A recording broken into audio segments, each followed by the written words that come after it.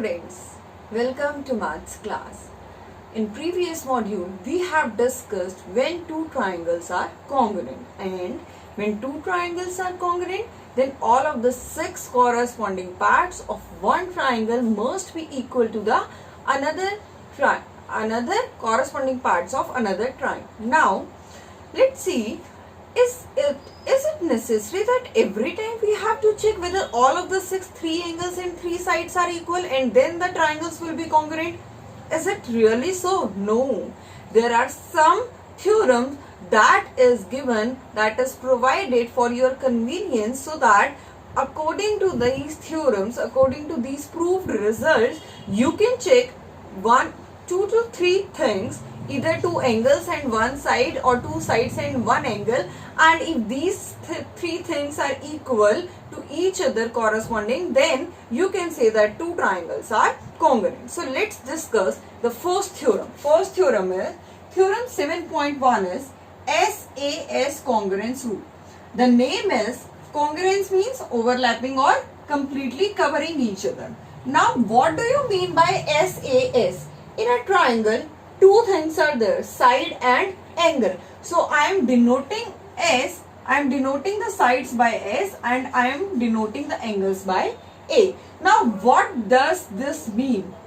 SAS, it means first I am taking side of one triangle, then I am taking angle of that triangle, and then I am taking side. It means if I am taking, let's write the theorem that if two sides, I am taking two sides and one included angle between the sides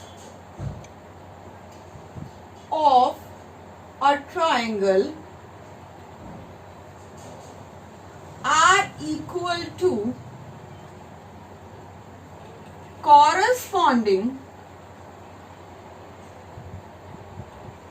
two sides and one included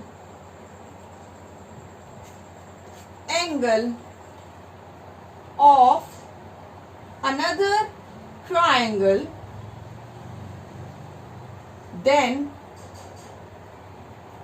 the two triangles are congruent. Okay, now I am repeating the statement. I am saying if two sides and one included angle between the sides of a triangle. So let's understand with the help of a figure. This is the triangle ABC.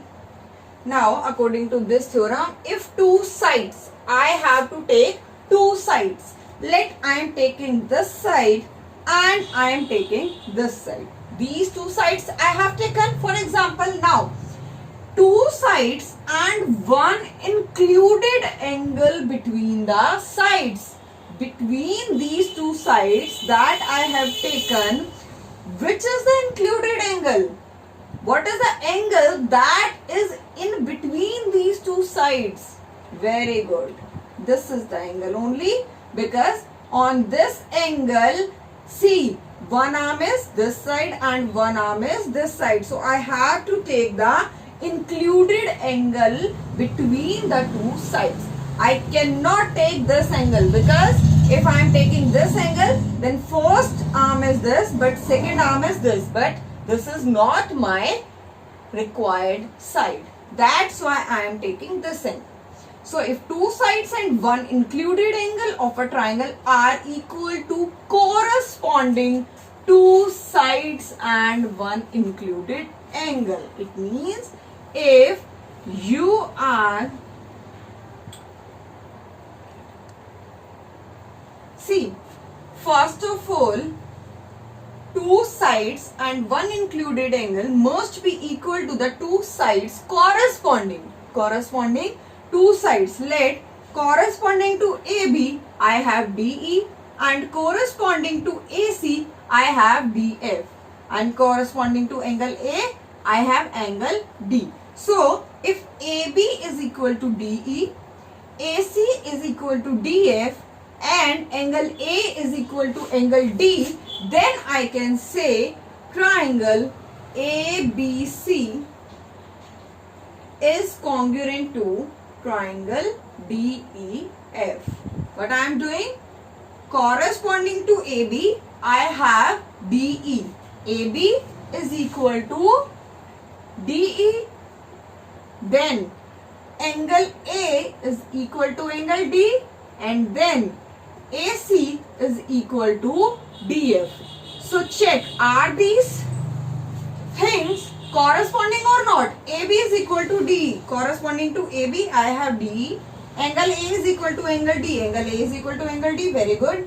AC is equal to DF. AC is equal to DF. So it means my relation that I have found that these things are corresponding. These are the corresponding sides and this is the corresponding included angle. So I need not to check that whether all the 6 corresponding parts are equal or not.